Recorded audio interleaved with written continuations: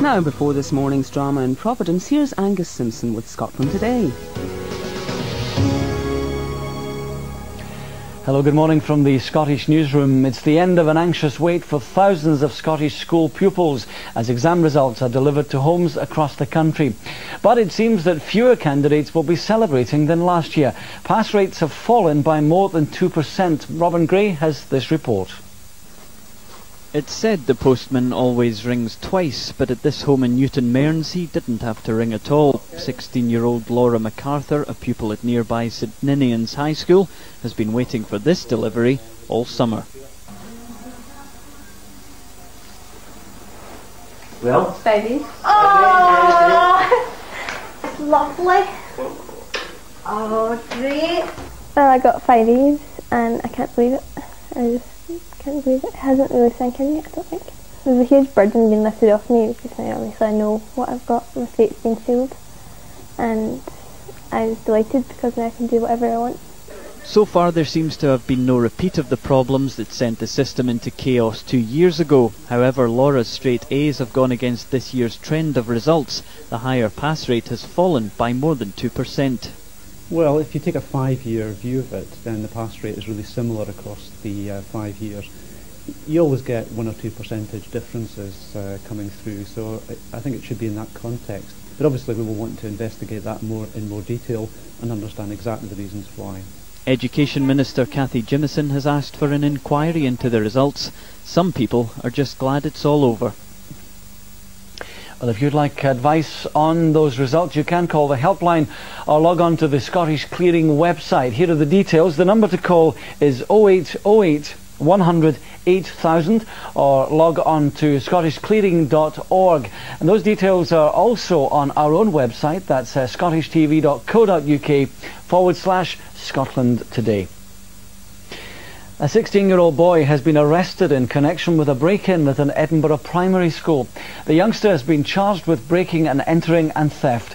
£200,000 worth of damage was caused when vandals went on the rampage at Halesland Primary.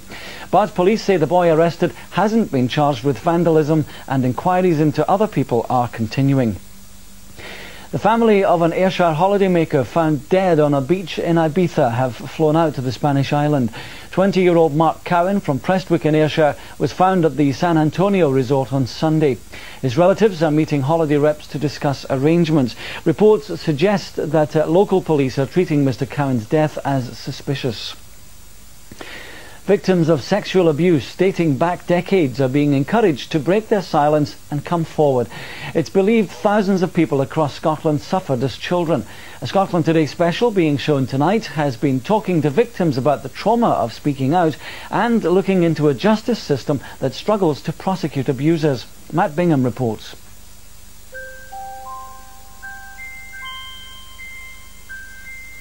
I just wish I could turn the clock back and see what it's like to live from 10-year-old to 15, well to now, to see what it's like, to see what kind of person I've turned out. Rose was just 10 years old when the abuse began. Like thousands of other children, it started by him being nice and telling her how special she was. It went on for 2 years until it got to a stage I couldn't take any more. I told him not to touch me, to leave me alone, and that was it. It just went, and then he obviously went to my niece. Despite staying silent for over 25 years, both women finally went to the police, but they've been told there isn't enough evidence to go to court. We treat them as seriously as an existing real-life child abuse investigation. The added element to that, of course, is that so much time has passed in between the offence and the date of reporting that memories lapse. Forensic evidence is lost, and it just makes it that bit more difficult to prove the case. Tonight's Scotland Today special hears more of their fight for justice, and from one victim who saw her abuser jailed. That's Scotland Today special tonight at 7:30. There are fears of increased worker militancy in the North Sea as 2 unions consider a merger. The OILC have held talks with the RMT over developing closer links between the 2 unions. Further talks are planned for next month. The OILC has around 1,800 members offshore, while the RMT has around 1,000. What we do have are common areas of interest, particularly regarding multi-employer areas, safety case regimes, and concerns across both organisations that the outsourcing aspect of things is causing major problems on the ground as regards maintenance. Rangers player Michael Moles has been given permission to travel for talks with English Premiership side Sunderland, fuelling speculation his time at Ibrox may be coming to an end. The Dutch striker is looking round the club's Wearside facilities and meeting manager Peter Reid. Moles has been unable to make it into Alec McLeish's SPL plans for this season. If a deal struck, the 31-year-old would join his former fellow Rangers colleague Claudio Reyna at the club. Today's weather prospects: after a wet and cloudy morning, those showers set to last into the afternoon in southern parts. Drier weather developing elsewhere, though, with sunny spells breaking through. Top temperature today, 19 degrees Celsius. And that's it from us for now. We'll be back during the ITV lunchtime news from 12:30. And as well as that, at 1 o'clock, our resident lawyer Austin Lafferty will be in the studio to take your calls on any legal queries.